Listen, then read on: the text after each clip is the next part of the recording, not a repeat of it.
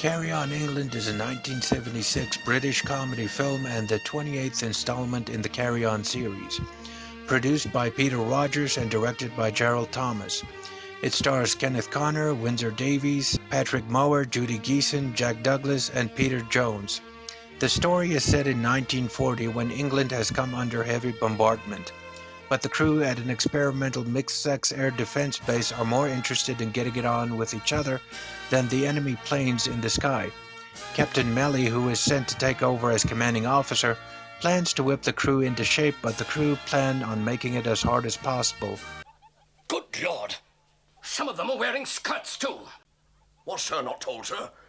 This is one of these new mixed batteries. So, that's what the Brigadier meant when he said that this battery was an experiment. Experiment, sir. They does not need to experiment. They gets at it right away, and all the time. The interior shots were all filmed at Pinewood Studios, and the orchard at Pinewood was once again used for the exterior shots as it was used for the caravan sites in Carry On Camping and Carry On Behind. The original cast list pitched to the rank organization consisted of names such as Windsor Davies, Kenneth, Jack Douglas, Bernard Breslaw, James Bolam, Kenneth Williams, Ian Lavender, Joan Sims, Penelope Keith, Adrian Posta, Susan Beneligan, Ann Aston, and Carol Hawkins. Of the 12 actors, only 4 were eventually cast. The film was very poorly received by fans and critics alike, so much so that it was pulled from cinemas only 3 days after its release. It was the worst Carry On performer at the box office since Carry On at Your Convenience. The film was only able to recover its production cost after sales to television companies and international releases. Carry On England was the first released with an AA certificate stating the film was suitable only to people 14 years and older, primarily because of 2 scenes of nudity in order to keep up with the Confession series.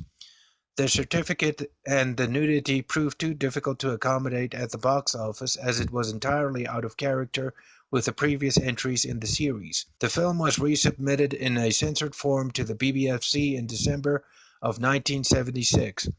It was reclassified with an A certificate and re-released on 11th January 1977. It was during the mid-1970s era that it was considered that the Carry On series had been influenced by the new sexy comedy Confessions of series. Before making Carry On England, Peter Rogers and Gerald Thomas went to the cinema to see Confessions of a Window Cleaner, which in turn prompted the duo to add more risque qualities into the film.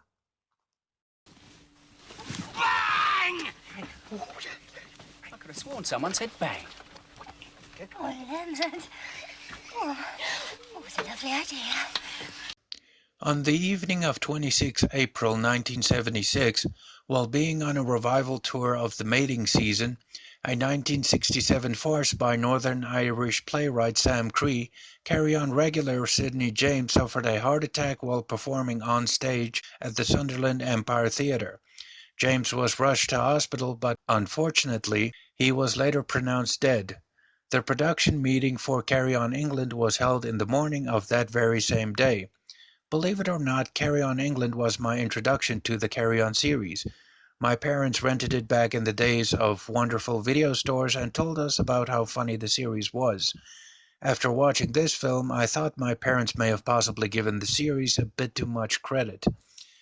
There were a few chuckle-worthy moments, but after seeing it again, after now having seen all the other entries, those chuckle-worthy moments pale in comparison to the laugh-out-loud moments of the previous films. I don't think of Carry On England as the worst film ever, but by no means do I consider it the standout.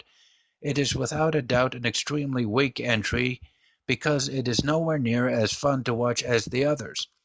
Where many previous films hardly feel like they overstay their welcome, Carry On England really starts to feel long after the halfway mark, mainly because it's the same thing throughout the film.